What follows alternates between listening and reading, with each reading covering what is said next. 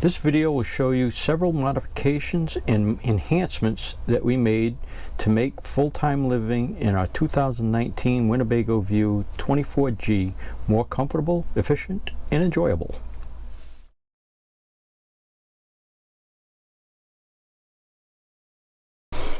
So one of our favorite mods are these little shelves that we built. We keep our t-shirts in there. I made them out of scrap wood that I had in my workshop, and I cut the wood down kind of thin so it would reduce the weight, and they are just sitting on top of these valance. These valances came with the RV, and they sit right on top of the valance and are held in the back with Velcro strips in the back here, so it just kind of holds it against the wall so that they don't move around while we're driving. And we have one on the other side too, where I keep my t-shirts. This mod, we added a second television to the RV. Yeah, I know, it's a 25-foot RV and less than 10 feet that way is another television, but don't judge me. We felt we needed to have one in the bedroom so that when we're relaxing at night we can watch television. So it was pretty simple to mount. This is a mount that is a swivel mount, so it can swivel away from the wall, and when we're traveling it'll lock in place. So it was fairly easy to install. I needed to remove this control panel here so that I had access to the back of this wall, which is just a thin plywood, in order to put some backer boards back here that I could bolt into so that the television bracket itself would be sturdy. Our bedroom is in the back of the RV, and we have this door here. So we added this lightweight plastic mirror to the door. It is made out of plastic, and we just put command strips on it and mounted it on the door. So Louise uses it more than I do, obviously, but it's in a fairly convenient location to use, and it's out of the way and lightweight. In this RV, there's an AC outlet on this side of the bed and no power options on this side of the bed. So at night we like to charge our phones, and this is a convenient place to do it. The little shelves there are convenient, but because there's no power on this side of the bed, I felt I needed to add some. So what I did is I added USB ports underneath where these lights are, and you can see them here. It's just a 2 outlet USB port, and I believe there's a space between this outer shelf and the shelf inside of the cabinet, and in that space is the wires for this light. So I basically drilled a hole here and tapped into the wire that feeds this light. It's a DC wire, 12 volts, so I was able to connect the USB ports here. And I did the same thing on this side of the bed as well, so that now we both got access to USB ports for charging phones and anything else we need to charge. So just outside of the bedroom is the only closet in the RV.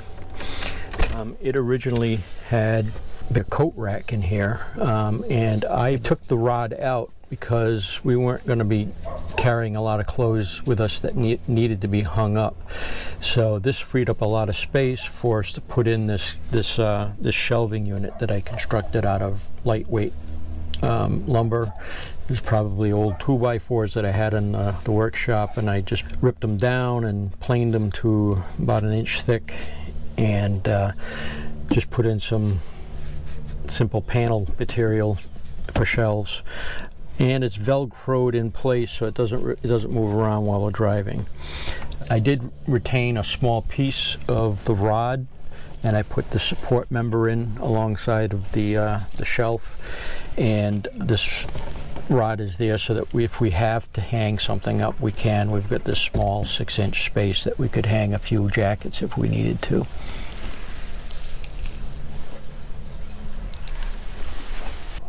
Because our closet doesn't have much room for hanging clothes, we put up these command hooks. So any clothes that we need to hang, we usually hang here, and that usually includes a raincoat and maybe a jacket if we're in cooler weather. If you don't like drilling holes in your RV, then a lot of these mods are not going to be for you. But we have the mentality that, you know, we're living in this RV and we're going to make it suit our needs. So whenever possible, I'll use command strips, but in some cases you just have to use screws.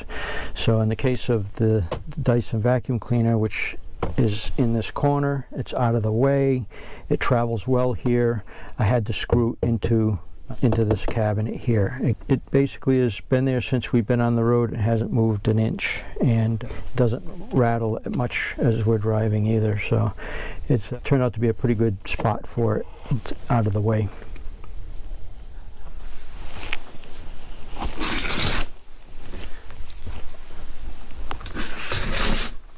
This modification for the cargo net came from a gentleman on the View Navion Facebook group, and the cargo net goes from side to side and top to bottom, and it holds our storage area stuff in place without coming out. So it really has been a good mod for us. Okay, so like other mods that we've shown you so far, this one does require drilling some holes. So if you're opposed to drilling holes in your RV, this is not for you either. But it only involved 3 holes. These 3 bottom hooks needed to be drilled,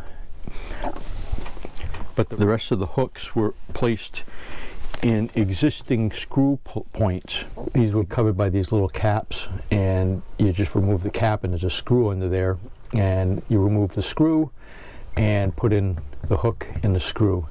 And then the only other hooks that had to go along the top here, along this rail, you just took the screws out of the rail for the curtains and replaced it with a longer screw and the hook. So only 3 holes needed to do that mod. One of the first modifications we made was to install this ReflectIX in the cabinets.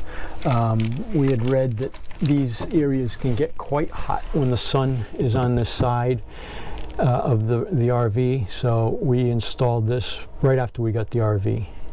And it's difficult for me to judge how much of a difference it makes because it's always been in here, but according to everybody that does it, they say they've noticed a significant difference. So we put this in here, and we actually cut out some of the ReflectIX to fit all of the windows of the RV, and we store them.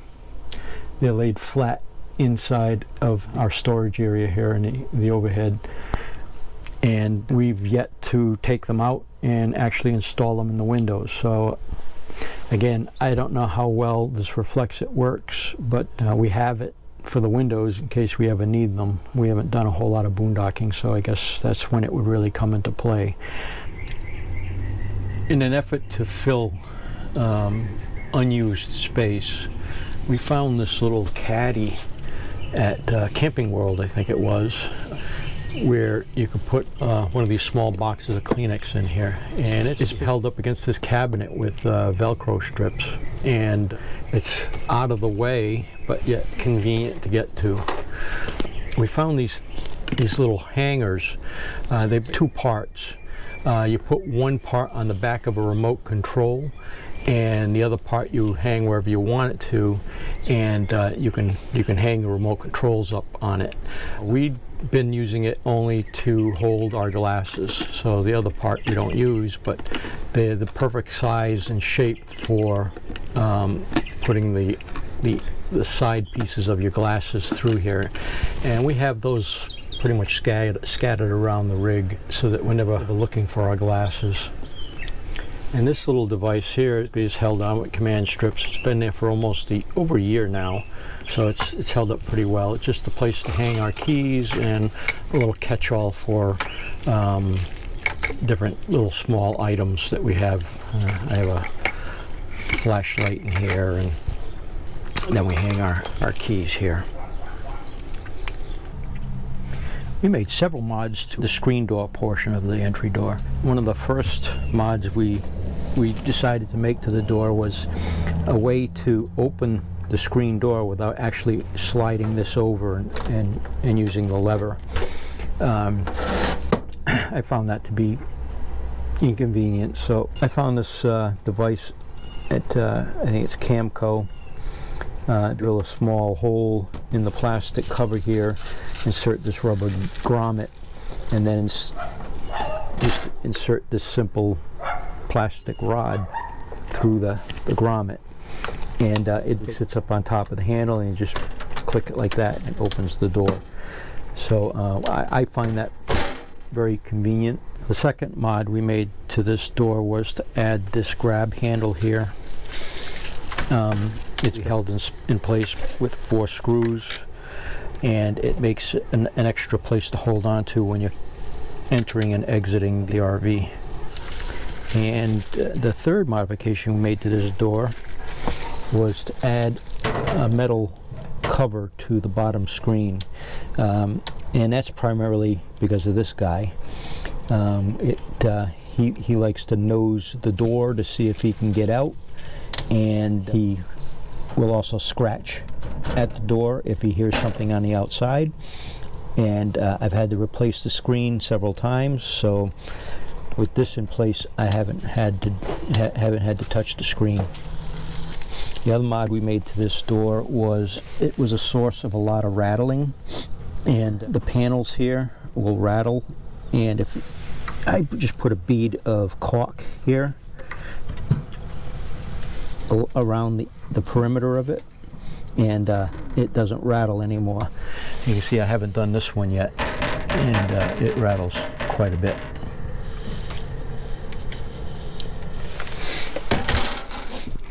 I think it was during our first camping trip that we discovered that there weren't any cup holders in the cab area big enough for our big water jugs.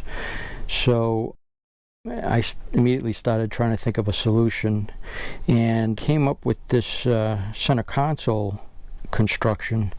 It was made out of scrap wood and that I had laying around the shop. I planed it down a little thin so that it was lightweight, and added these big oversized cup holders, and it really does solve several problems that we have in the RV.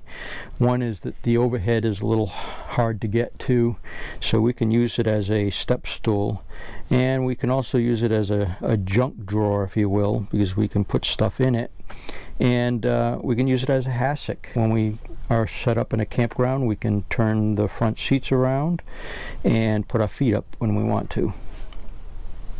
If you take a right turn, these drawers will come sliding open.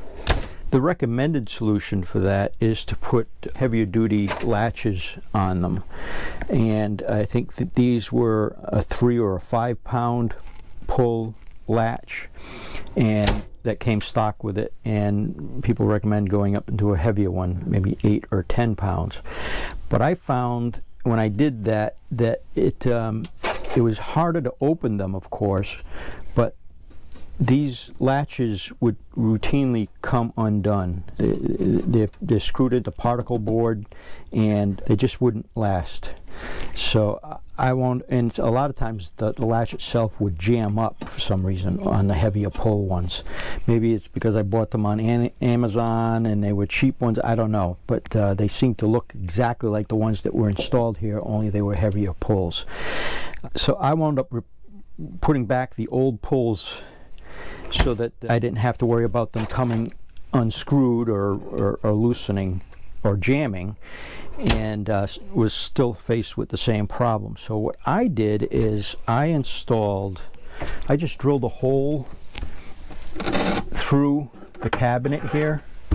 I drilled a hole through here, and I created this T that has Velcro on it, and you just slide it in and it goes into a hole here into the drawer, and it keeps the drawer from opening.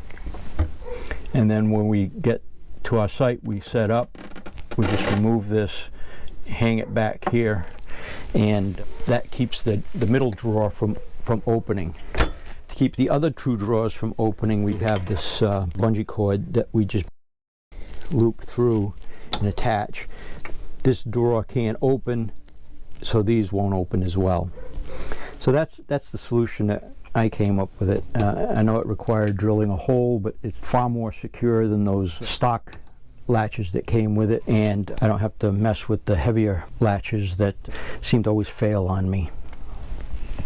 We use our Dinette as our desk as well. So usually when we set up at a campsite, one of the first things I pull out is my computer, of course, and I set it up on a Dinette.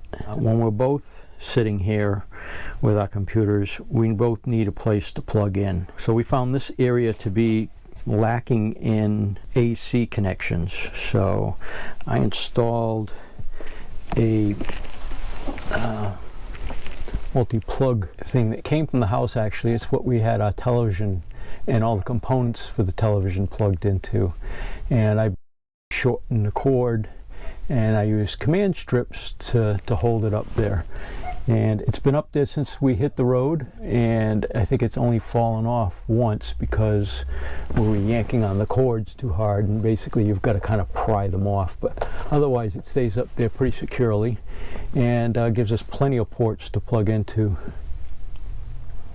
Just like at home, we needed drawers to put little odds and ends in. So we found these somewhere. I'll put a link in the description that attach below the dinette table, and it holds a lot of the little odds and ends that we collect and need close to hand. They do slide open when traveling, so I added these Velcro straps to them so that it just holds them closed while we're traveling. A necessary mod was the leg that supports the dinette. The bracket that holds the leg was screwed directly into the table itself, and the screws that hold the bracket there kept falling out. Every couple of weeks I'd find a screw that was so loose, so this bracket was rattling because it was loose. The screws were loose. So I decided to take it apart and see if there's anything I could do to strengthen it. And come to find out, this table is styrofoam sandwiched between two very thin pieces of laminate. I'd say the laminate's probably only 32nd of an inch thick. So these screws were being screwed into styrofoam, essentially. And there's no way those screws were going to stay in this table for any amount of time. So I took the bracket off and I epoxied a piece of 1/2 inch thick wood to the table itself. So it has a much greater area to adhere to, and the thickness of the board provided more material for the screws to be screwed into. When I did that, of course, that lengthened the leg itself by 1/2 inch, so I had to cut 1/2 inch off the bottom of the leg and then reinsert and reattach the flange that it seats into when the leg is in the down position. So that this modification was a necessity because we were always having to replace the screws. I like that the chairs swivel around into the main cabin. When we're stationary for more than a couple of days, we flip at least mine around. George doesn't use his very often. But when you do, they're really low to the ground. So I made these cushions so that it lifts me up another 6 inches. You can buy these cushions from Winnebago, but they're more than a few $100s each. So I, while still at home, used my sewing machine to make these cushions, and they work very well. I put a strap on them so that they strap to the seat and don't slide around. And I also put a zipper on them so that I can clean the covers if they ever need to be cleaned. I think my total cost was under $100. When we go out and about on our daily excursions, we like to make sure that Miles is okay. He's older and he sleeps a lot, but nevertheless, we use this pet cube. Simply plug it in before we leave, point it in the right direction, and we will, by using our apps on our phone, we will get a notification if he moves about. And we could actually talk to him, but we found that to not be helpful because then he starts looking for us and whines even more. But Pet Cube, very helpful little tool when you have a pet. We used command strips to put this metal thing up there. Once the metal was mounted, this is magnetic, and we simply put it up there and then move it so that it faces the direction that we want it to. The light indicates that it is on. It's important to be able to find spices when you need them. So we found that this door rack worked really well. So here we just buy the McCormick spices usually, and they fit perfectly right in there, and they're easy to find. I alphabetized mine, but you don't have to. You could put the most commonly used ones up top. We also found that instead of just using the two-way tape that these came with, we actually had to screw them in. It just gave it more secure contact, and that way they don't fall off when we travel either. One of the simple modifications that George did in the bathroom was to put this small command strip container in there so that we could put our commonly used medications for easy access in the bathroom without taking up valuable space in the medicine cabinet. Another very helpful modification that George did was to adhere this container sideways so that I can store many more face cloths than I could otherwise. And just folded properly, they fit really snug and easy right here, and they don't fall out when we travel.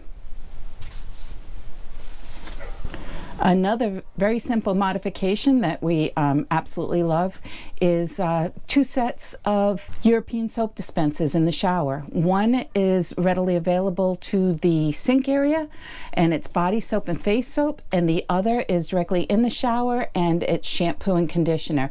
This keeps us from piling up all those bottles on the ledges of the shower, and it certainly makes it a lot more easy to travel. We don't have to put all the bottles away. Okay. So when we get ready to travel, we want Miles to be safe too, so we put him in a harness, and this harness basically goes around his middle and is attached at 2 points, and it basically will keep him from flying across the RV if we have to make a sudden stop. So then from here we use a combination of 2 of these pet seat belt connectors. One goes to the back of his harness, and the other end clips into the seat belt buckle. And then he lays down over there. So it's just long enough for him to get to between the 2 seats, and really is pretty secure so that he doesn't go flying if we have to make a sudden stop. We were using the 020, the green filter, which is a 1 micron filter at the spigot, but we found that it clogged up way too quickly. We decided that we would put a better filter at the sink for drinking water, and go back to using the blue filter at the spigot so that we get better water pressure. And it's only a 5 micron filter, we realize that, but we don't really need anything better than that for flushing the toilet and taking showers and washing dishes. So the important part is the drinking water, and this really helps the situation. So we have decent water pressure now and clean drinking water.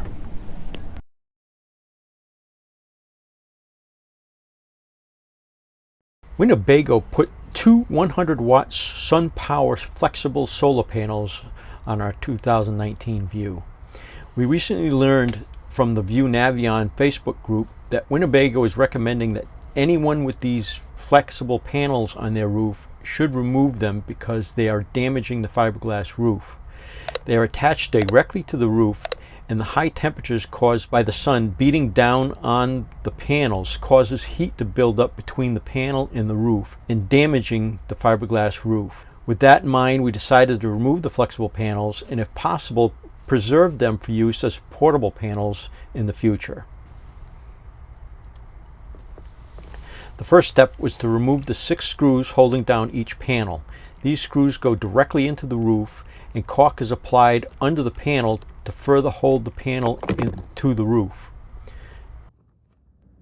Once the panels are removed, I plan to fill each screw hole with a dab of caulk and apply a bit of Eternabond tape over the hole to prevent any leak. Once the screws were removed, I used a dull scraper to lift the panel, and while applying constant upward pressure, used the scraper to cut the bond between the panel and the roof. Make sure the scraper does not have any burrs on the edge because you will scratch the roof. This scraper is well used and doesn't have much of an edge, and that was perfect for this job. This was strenuous work, but only took about 30 minutes per panel. After the panels were removed, I thoroughly cleaned around the screw holes, first by scraping as much dry caulk off with the scraper, and then used denatured alcohol and a 3M scrubby pad to remove all residue an inch or so from the screw hole. I then squirted some caulk into the hole and applied about a 1-inch square piece of Eternabond tape over the hole. That was enough for one day. The next day I started cleaning the roof where the panels used to be. Again, I used the dull scraper to scrape as much caulk residue off the roof as I could. Then I went to work with the 3M scrubby and denatured alcohol to remove all of the residue. Winnebago recommended treating the area where grazing may appear with Raptor truck bed liner. I used the aerosol product with good results. This stuff is tough. I taped off the area to be treated so that I would not get overspray everywhere. I then lightly sanded the area with 80 grit sandpaper and wiped the area down with denatured alcohol and a cloth so that it was thoroughly clean. Then it was a simple matter of spraying the Raptor product to cover both sections where the old solar panels were positioned. I am really happy with the results. The finish is durable and lightly textured, so walking on it is more sure-footed. One day I may coat the entire roof with this stuff. I cleaned up the old panels and tested them, and they still work, so I decided to keep them as portable panels. Our utility bay, where the electric and sewer connections are, has an external solar connection port located at the back of the cabinet. I purchased a 25-foot cable with proper connections at each end to use with these portable panels. When not in use, they store securely out of the way over the roll bar in the Jeep.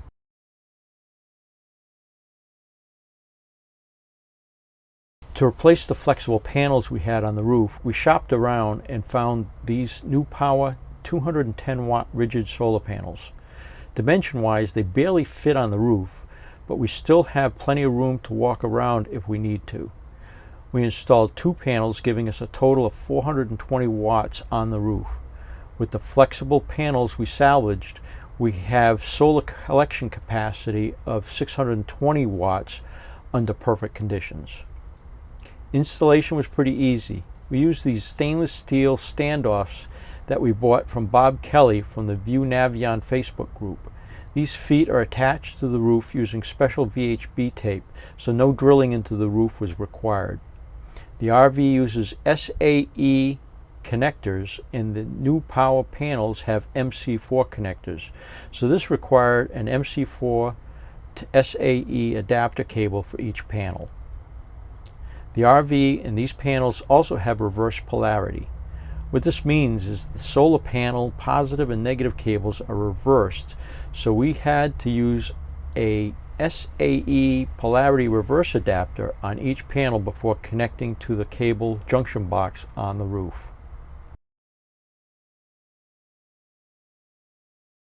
Our propane gauge in the RV is not very accurate. There is a more accurate gauge on the propane tank itself, but you have to crawl under the RV and use a phone to take a picture of it in order to read it. It is not very accessible. This Mopeka tank check device attaches to the bottom of our propane tank and tells us via a Bluetooth app on our phone how much propane we have in the tank. It attaches to the tank with magnets, but I cover the device with Gorilla Tape to ensure it doesn't fly off while traveling. It is easy to get to when the batteries need changing. A button cell battery powers the device for 6 to 9 months. For this mod, we decided not to mount the weBoost antenna to the roof or drill any holes in the roof to route the cables. Our View has a coax cable that runs from the electric bay all the way to the cabinet where the kitchen TV is located. It is intended for connecting an external satellite dish.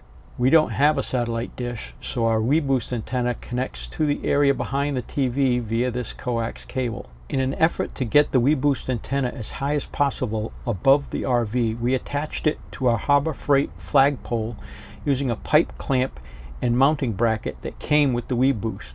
We had to modify the flagpole a bit by removing the finial to accommodate a flag light, which is that white saucer-shaped device just below the antenna. The light had a hole in the center, but it was not big enough to accommodate the antenna shaft, so I had to drill it out a bit so the shaft would fit. We then attached a coax cable to the antenna and extended the flagpole above the RV roof line. The other end of the coax cable is attached to the portable satellite connection in the electrical bay.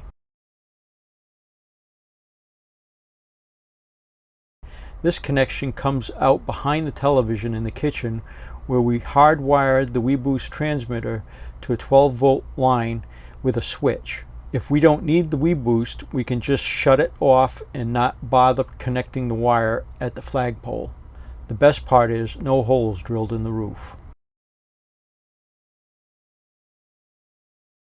We use a Harbor Freight flagpole that sits in one of these bases that you put under a tire, or in our case what we use is the stabilizer jacks on the RV.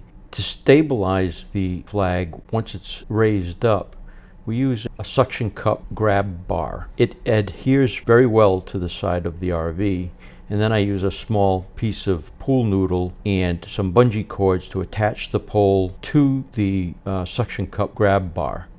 This keeps it pretty steady, and when the wind is blowing, the flagpole doesn't hit the side of the RV.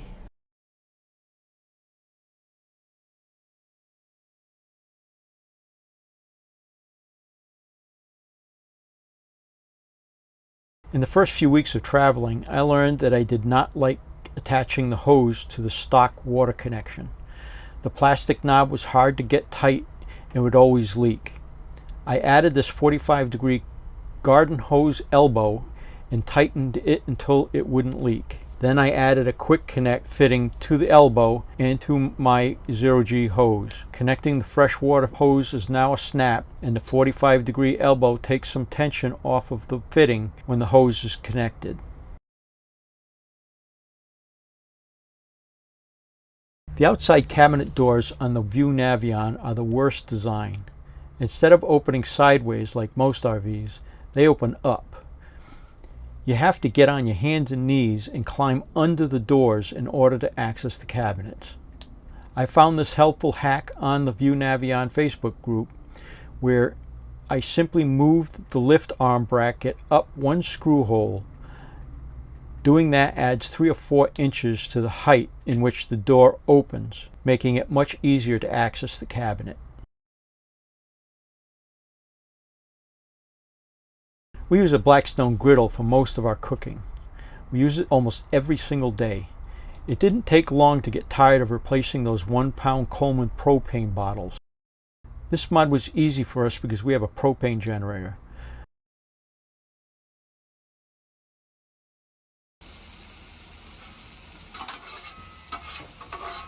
The propane supply line runs to the generator cabinet on the passenger side of the RV. The generator is connected to the propane line with threaded brass fittings. I simply turned off the propane, disconnected the fitting at the generator, connected the T-fitting to the propane line, reconnected the generator hose to the other end of the T-fitting, and then connected a short propane hose to the third connection on the T-fitting. I used a short propane hose with threaded fittings on each end. To one end, I added a quick connect valve. I drilled a hole in the cabinet just aft of the generator bay and passed the short hose through the hole and into the cabinet.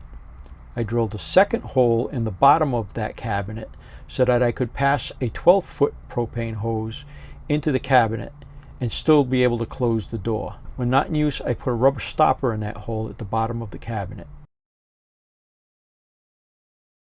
The Blackstone griddle comes with a regulator, but that isn't needed in this case because the propane line feeding the generator is already regulated. We added this low pressure conversion fitting that screws onto the griddle where the regulator used to attach. Now we can cook without having to keep those 1-pound bottles handy. Our awning manufacturer, Carefree, sells a kit that adds motion detection to existing awnings. The motion detection will retract the awning if there is a sudden movement of the awning, like by a sudden gust of wind. We usually bring our awning in when we leave for the day, but on occasion where we forget to do that, we now have some peace of mind that if the wind picks up while we are gone, the awning will retract itself. The kit comes with a new double switch. One switch extends and retracts the awning, and the other switch cuts power to the awning. We like that feature because once we retract the awning in preparation for moving day, we can kill the power to the awning and know that it cannot extend on its own. The kit also comes with a remote dongle that can be used to extend or retract the awning, as well as control the LED lights. We can turn the lights on and off and dim them as well. The kit is Bluetooth enabled, so everything can be controlled from our phones. This has come in handy on several occasions where the wind picked up while we were in bed and we were able to retract the awning without having to get up. The motion sensor can be adjusted for various sensitivities and has saved us on several occasions when the wind unexpectedly picked up. The awning automatically retracted. This is a pretty simple mod. These bug screens are designed to keep flying insects from getting into the exhaust system of our furnace. We haven't had any insects living in our exhaust vents, so I guess these things work. But then again, I've never seen any insects flying around these screens trying to get in.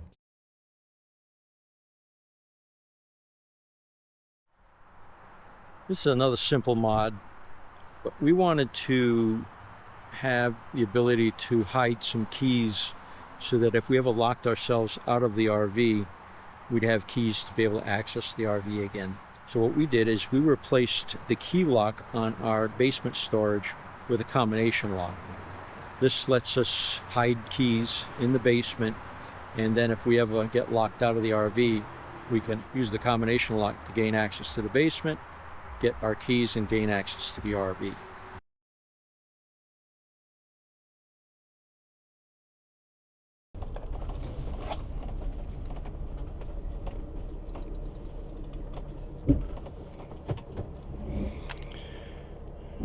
Alright, the backup camera is not working.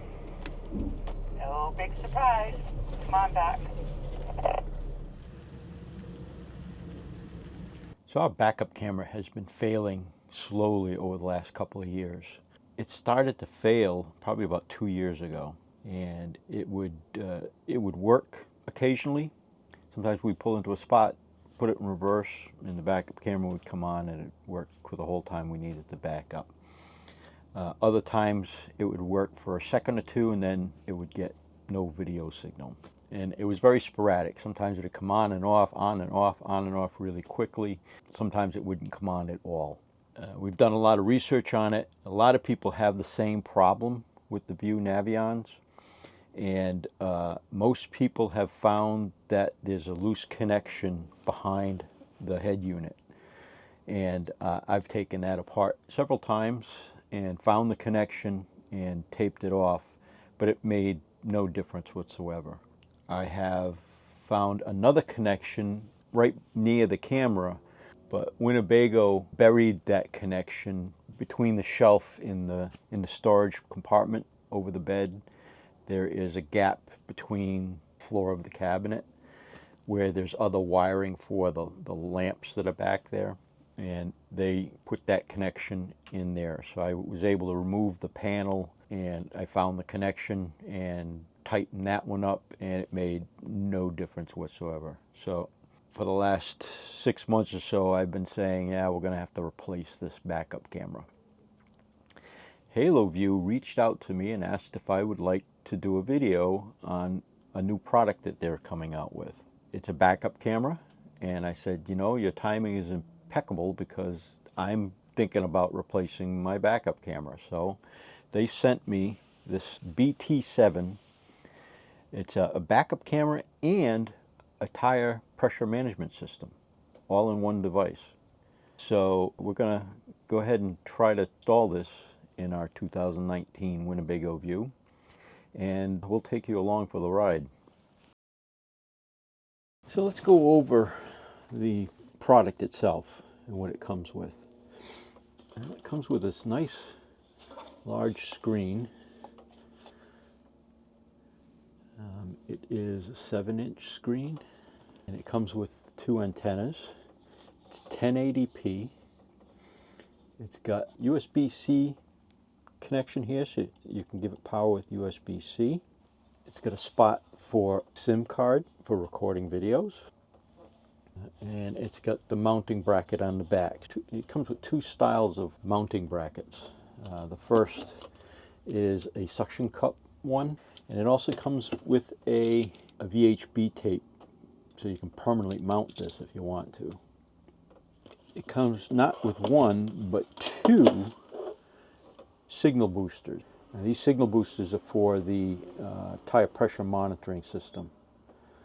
So if you have a fairly large RV or rig, you can install these signal boosters so that it increases the signal from the tire pressure monitors themselves. Comes with a cigarette lighter power supply. Comes with 2 antennas for the monitor. Comes with a USB-C power connector. It comes with the camera.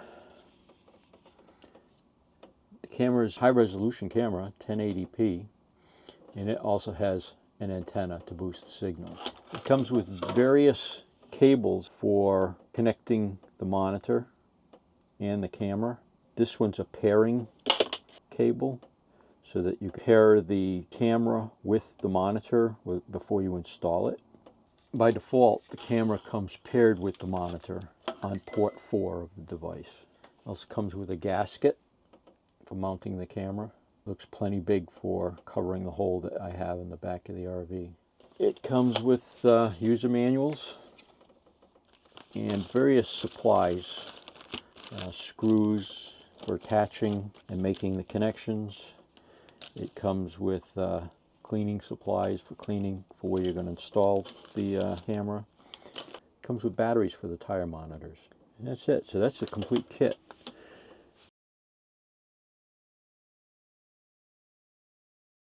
So the first step is to determine where you're going to install your new camera. There are a couple of options. Some people like to install it next to their license plate so that they are close to some chassis wires that they can use to power the camera. And another alternative is to mount it higher up next to the running lights that might be on your RV. In my case, with the 2019 Winnebago View, our bedroom slide is in the back of the RV, and the camera is mounted to that slide. So our only option is to mount it where the OEM camera is located. Well, the first task is going to be to remove the old camera. So I have to figure out how to get this one off. There seems to be a set screw right here. I think that if I uncover the goop they've got on here, I might be able to get at it, and that might loosen it up. I don't quite see how it comes off.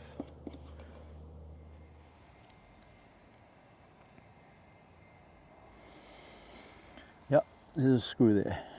So now I don't have enough room between here and here to put a screwdriver in there, so I'm going to have to figure out something else on how to get that screw out of there. So let me go see what I got for tools. As it turns out, the screw is very loose. I'm able to turn it with this little tiny screwdriver.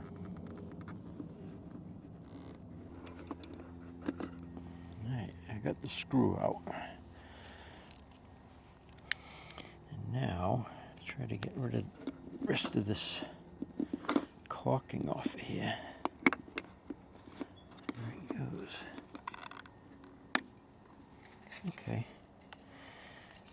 I got the housing off, and now I can use a regular screwdriver. There doesn't seem to be much slack on the cable, so I'm going to have to go inside and see what I can see from the inside.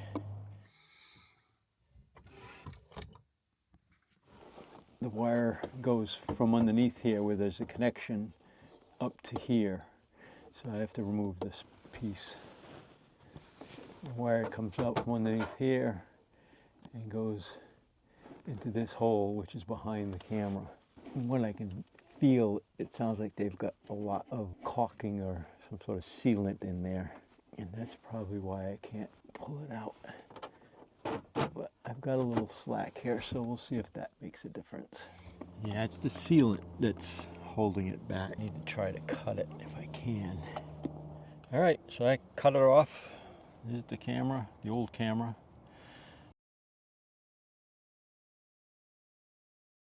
So I'm going to remove this old sealant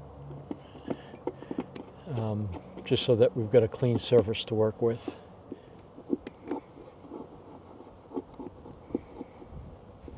I'm going to use some denatured alcohol to clean the residue off.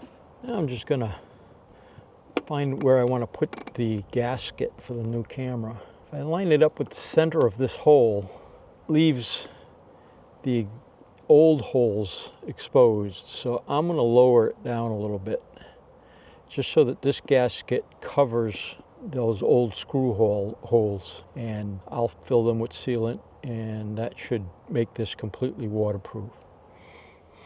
Okay, so I marked the holes where I'm going to drill new holes for the new camera, and it will just barely cover these old screw holes, and I'm going to drill a new center hole here just below the existing hole.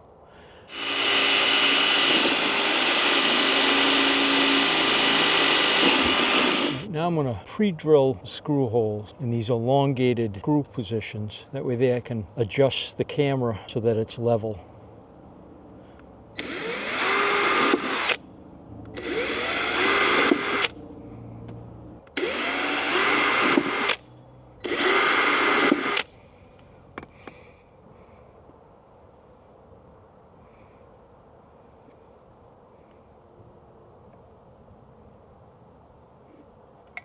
Okay, so now I'm going to assemble the camera, getting it ready for mounting. This back will go on the back of the camera like this, and I'll pass this connection through the hole, and then it inserts in there like that. And it comes with 4 screws that will secure this back with. They actually give you an extra screw too. These other 5 screws, or 4 screws, are going to be to mount the base to the RV. And the rubber gasket has an edge to it. The edge is going to be pointing out. And it goes on there like that. Okay. I'm going to pass this cable through the hole and then just let it hang there for now while I finish putting sealant into the holes.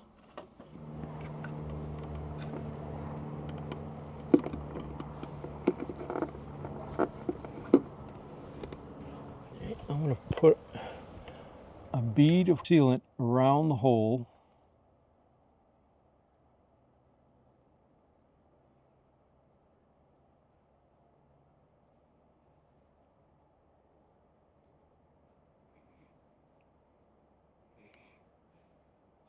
And I'm going to fill the old hole with sealant. All right, and now we're going to put this gasket on the back of the camera so that the holes line up. And then I'm going to put this up here about where it needs to go so I can see the pre-drilled holes. And then I take the screws and insert it into the holes that I pre-drilled. Now, I like to use a manual screwdriver to do these kind of things because a powered screwdriver would tend to over torque this and potentially strip the screw hole. So doing a manual one, I can just feel when it's tight and I don't overdo it.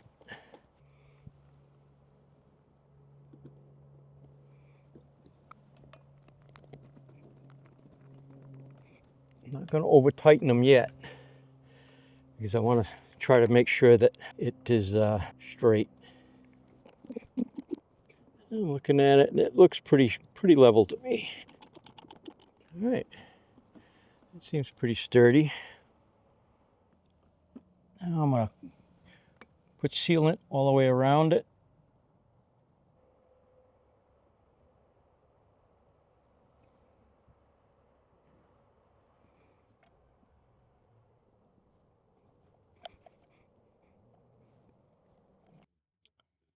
Here we go, nice and sealed. All right, now we start to cut wires. I don't need all of the wire that's here, so I'm going to snip it here. Now, on my Winnebago View, yellow is positive and white is ground or negative. So I need to connect the wires now. For the camera wiring, you have 3 wires. You've got red, which is positive, black, which is negative, and ground, which is green. Now, if you're wiring it to the chassis wiring the way I am, you don't need the ground wire. So I'm just going to clip that off and tape it off.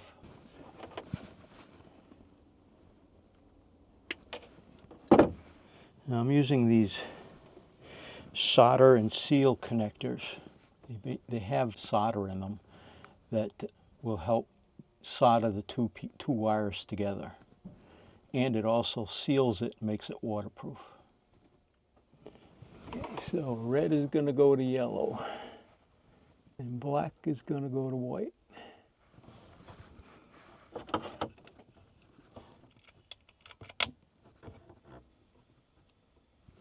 All right, now I'm going to make connection to the camera, and I'm going to start up the RV and turn on the monitor and see if we get a signal from the camera. Now I've got it temporarily plugged into a USB port here. That's by the table. Turn on the running lights, and there we go. It works. So this is where I'm going to place the signal booster. So I just needed this much wire to come around the back here and down into the 6-way connector. So the next step is I'm just going to tin these wire ends so that they'll be a little sturdier when I screw them into the 6-way connector.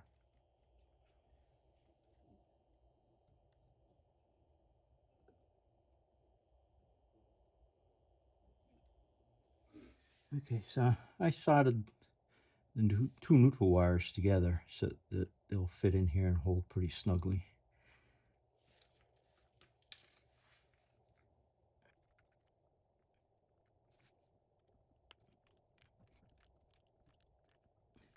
There we go.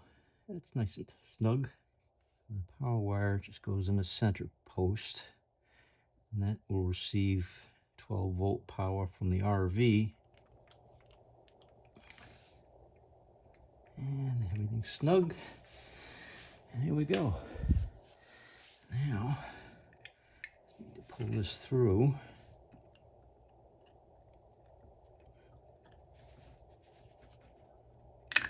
Like that.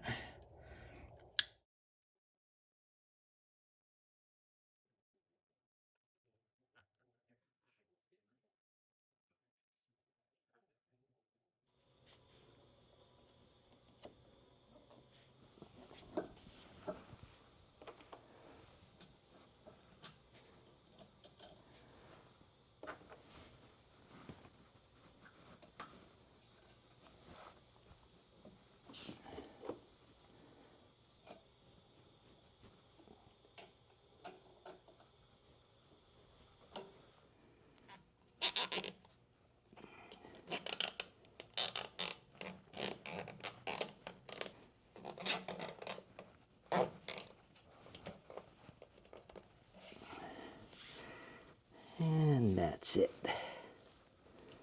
Alright, so what I've done is I've temporarily wired up 12-volt connection to the negative and positive wire. And the light is on. So we got power to the signal booster. Now all I have to do is connect the TPMS sensors.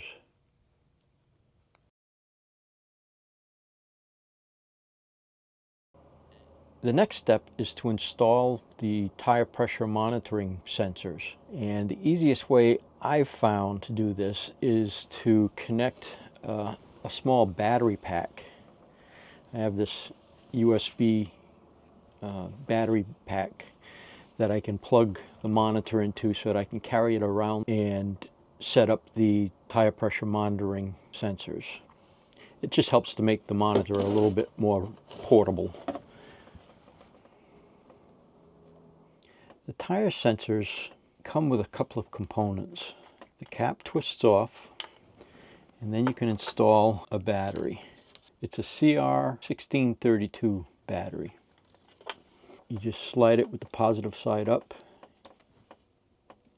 in there like that, and then you put a cap on it. The kit comes with additional seals that are on the bottom where the cap tightens to make it waterproof.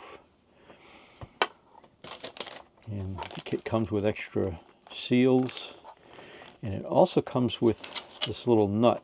So you screw this onto your tire valve first and put it on as far as it'll go.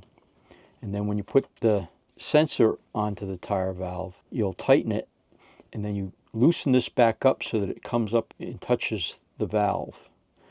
Then you use this little handy wrench they give you to tighten that nut.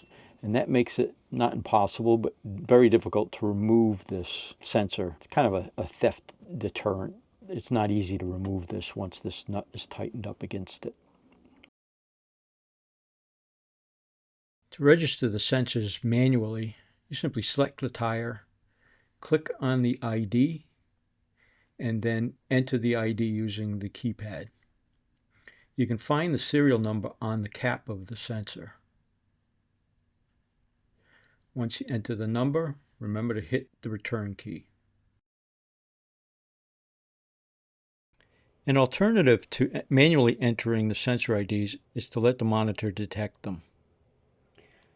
So I'm going to use trailer 1 as my Jeep. So it's be these 4 tires here.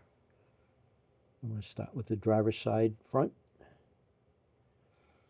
And I'm going to set auto learn. It says it's waiting.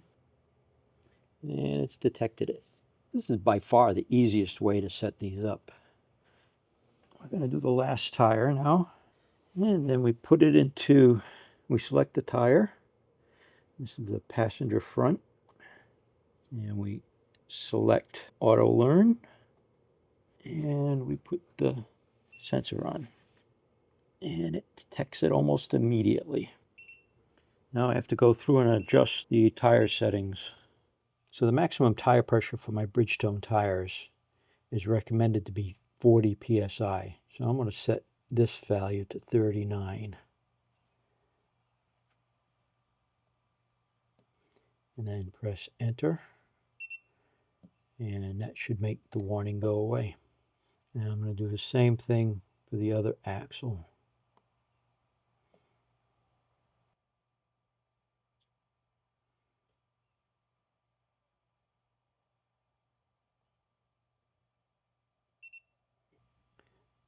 I'm going to set the low tire pressure to 30 psi. The tire sensors are all set up.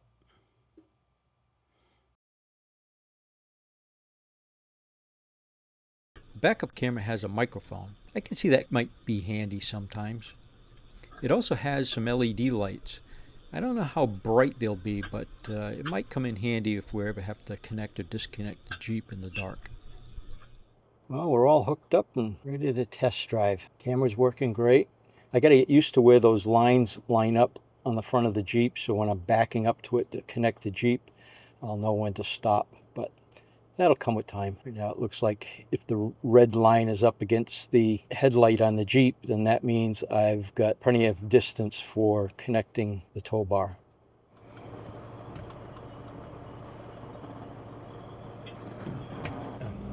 And the TPMS is working. It's monitoring the tires on the Jeep. To be honest, I don't think I even need that signal booster, because I think the signal is strong enough to work without the signal booster. So, but I wanted to install it just in case. Whole system seems to be working great. Now I'm going to pull up to our parking spot and use the backup camera to back into my spot.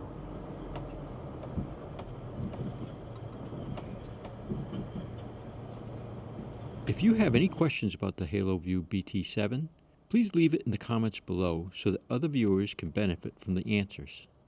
If you are interested in the BT7 or other Haloview products, please click on our affiliate link below and be sure to use the MilesAcrossUSA discount code to receive 5% off of your purchase. Now, if you're interested in how I provided 12-volt DC power to this camera in our 2019 Winnebago View 24G, stay tuned because I'll provide a video right here. This video is going to be about how I ran 12-volt DC power into the back of our slide on our 2019 Winnebago View 24G. I wanted to install a new backup camera, and there was no 12-volt wires accessible to where this camera needed to be mounted. I ran some from the running lights down into the compartment and then was able to successfully wire 12-volt electricity to this camera. This is the Haloview BT7, and I'll provide a link to that installation, and you'll see the whole setup.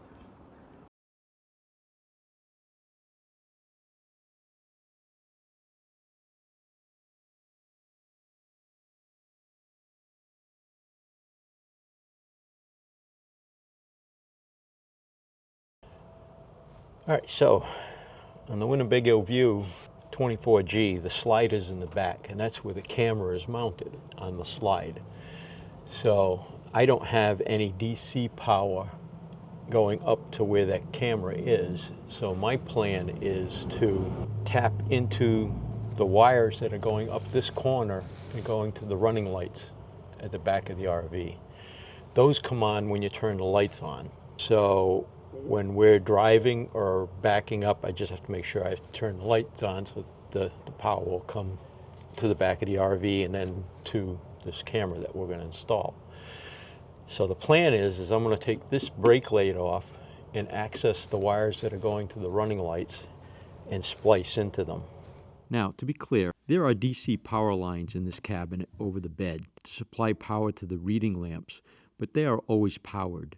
I wanted 12-volt DC power that I could turn on and off so that the camera is not always powered even when we aren't using it. This way, the camera will only be drawing power when I turn on the running lights, which is usually only while I'm driving. The other option was to tap into the backup lights near the rear license plate. This would cause the camera to be powered only when the RV is put in reverse. This was a valid option, but I like the ability to have the camera on while driving. It will act like a rear view mirror and allow us to monitor our toad and the traffic behind us. This should be a fairly straightforward thing to do. Then I have to run the wires down the corner to behind the tail lights and punch a hole through the cabinet that's down below here and then up into our basement.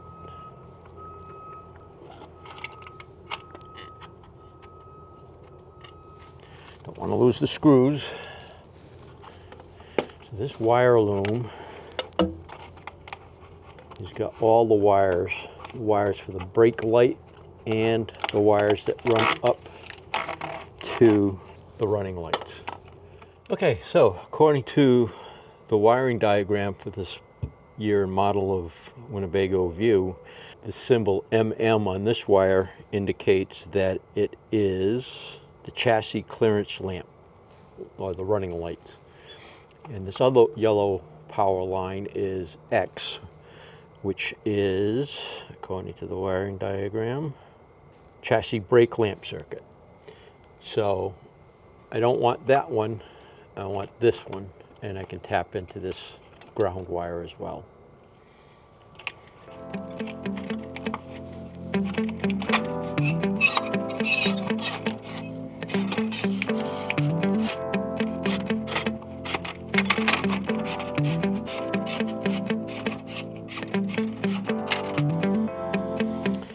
Well, that was pretty easy. Using this wire snake, I went down the corner and I think I came out down there. Let's go check.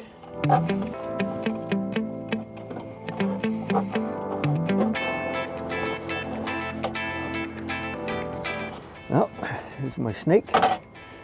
All the way down. Now I just got to attach the wires to it and pull it back through up there, and hopefully it'll fit.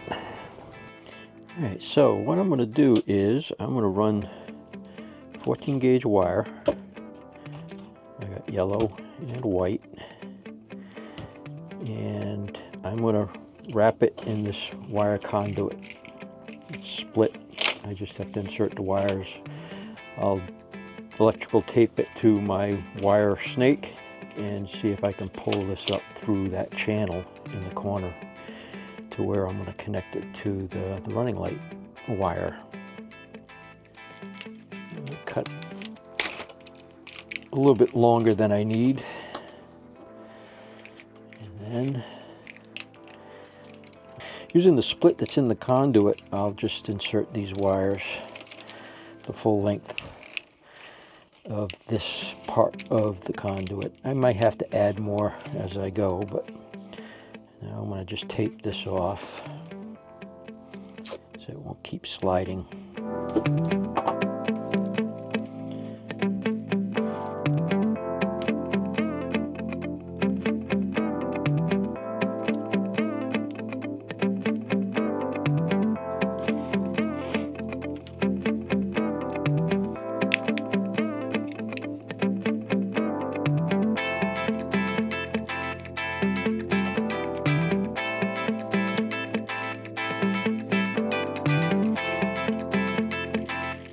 What I've got for the end so far.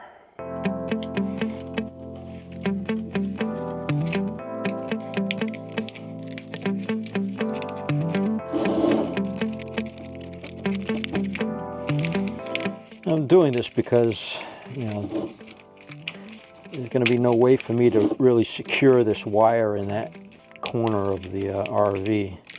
This will just help protect the wire a little bit from abrasions, and this conduit is a little bit large for the purpose, but it's the only one I had, so.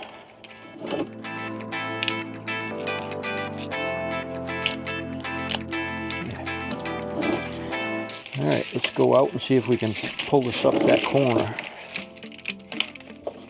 All right, so I got it taped to the my wire snake here.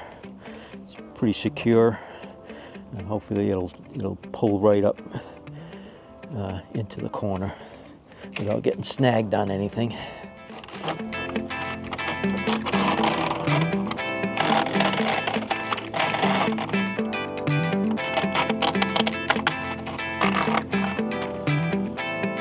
Yeah, that was easier than I expected. Double M is the one we're going to tap into, and the ground wire.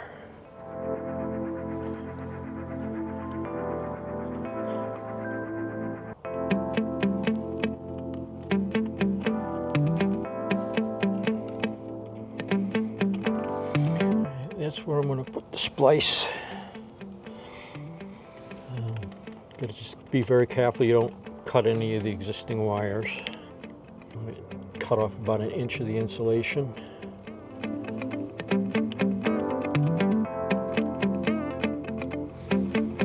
And then I'm going to split this one in half.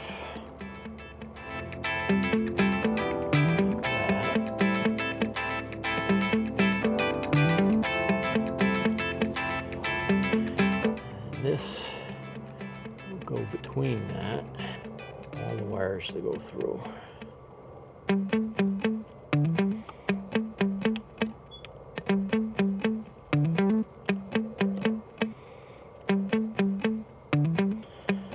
then we're going to split these in half. And I'm going to wrap this one around this side,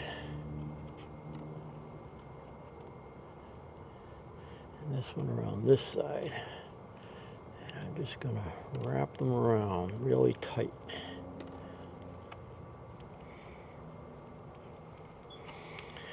And it makes a very good bond.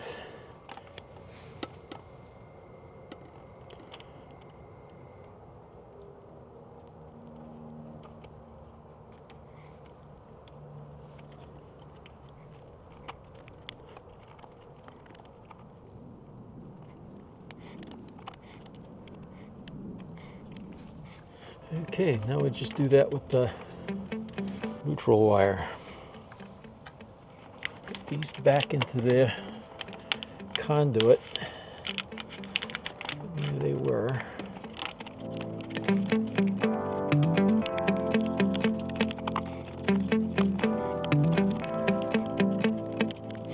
And we'll secure it with some more electrical tape.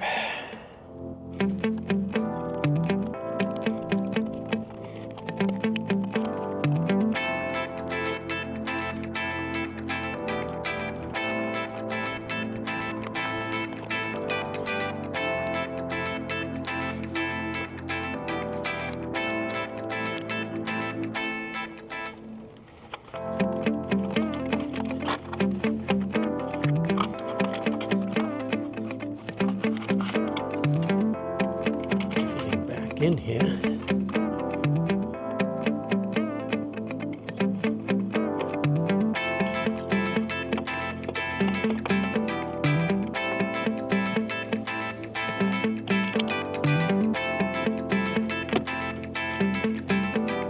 Now we've got to run the rest of the wire into the RV. All right, so what I've done is I've measured out the amount of wire that I need to get into the RV and up, and then down to the end where the channel is for the slide, and then along the inside the floor of the slide, and then up in the corner, and then underneath the cabinet, and then up that channel that goes to where the camera is going to go.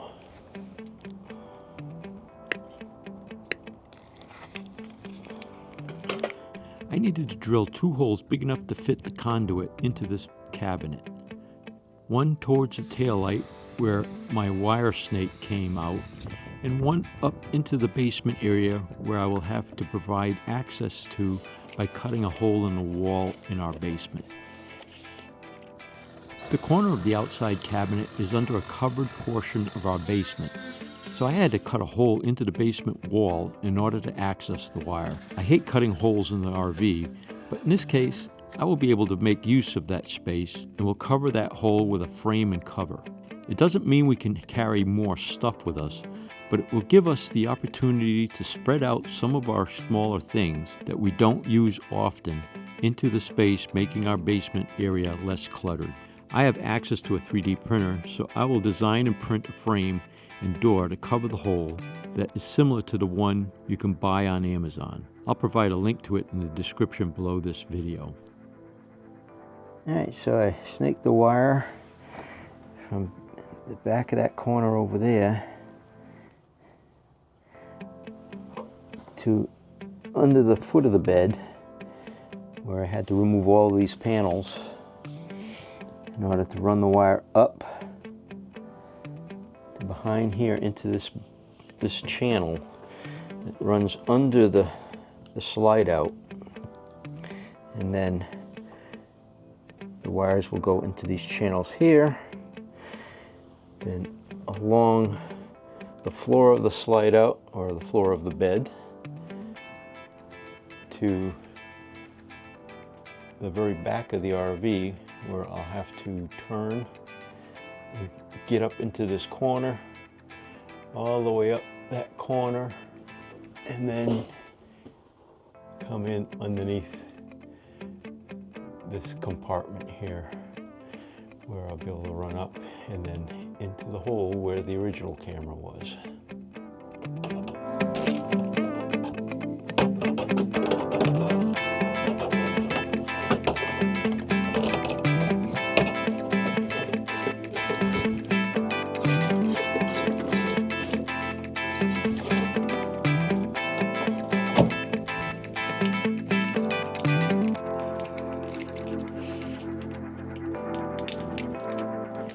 I have to do this with the slide out because I want to make sure there's enough slack in this wire so that when the slide is in, it doesn't bind up, and when it gets slid out, it doesn't bind up anyway.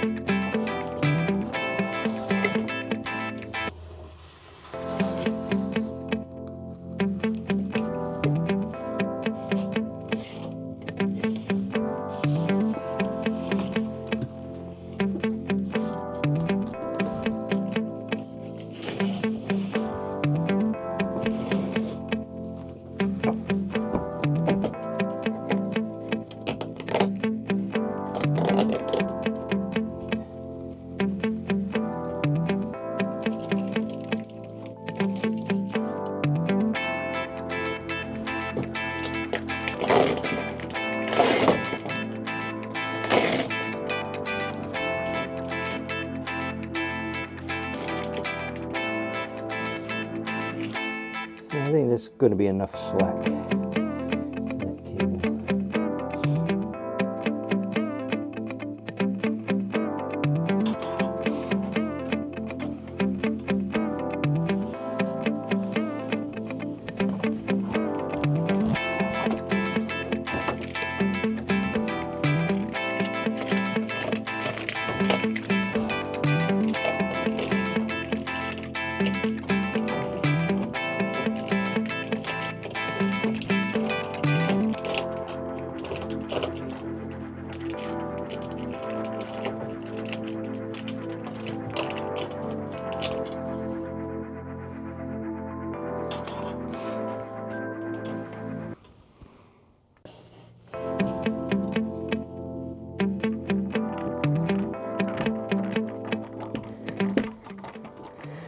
I gotta say, This went a lot easier than I expected it to.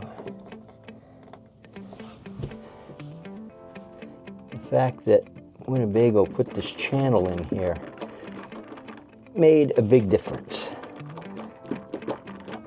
Thank you, Winnebago.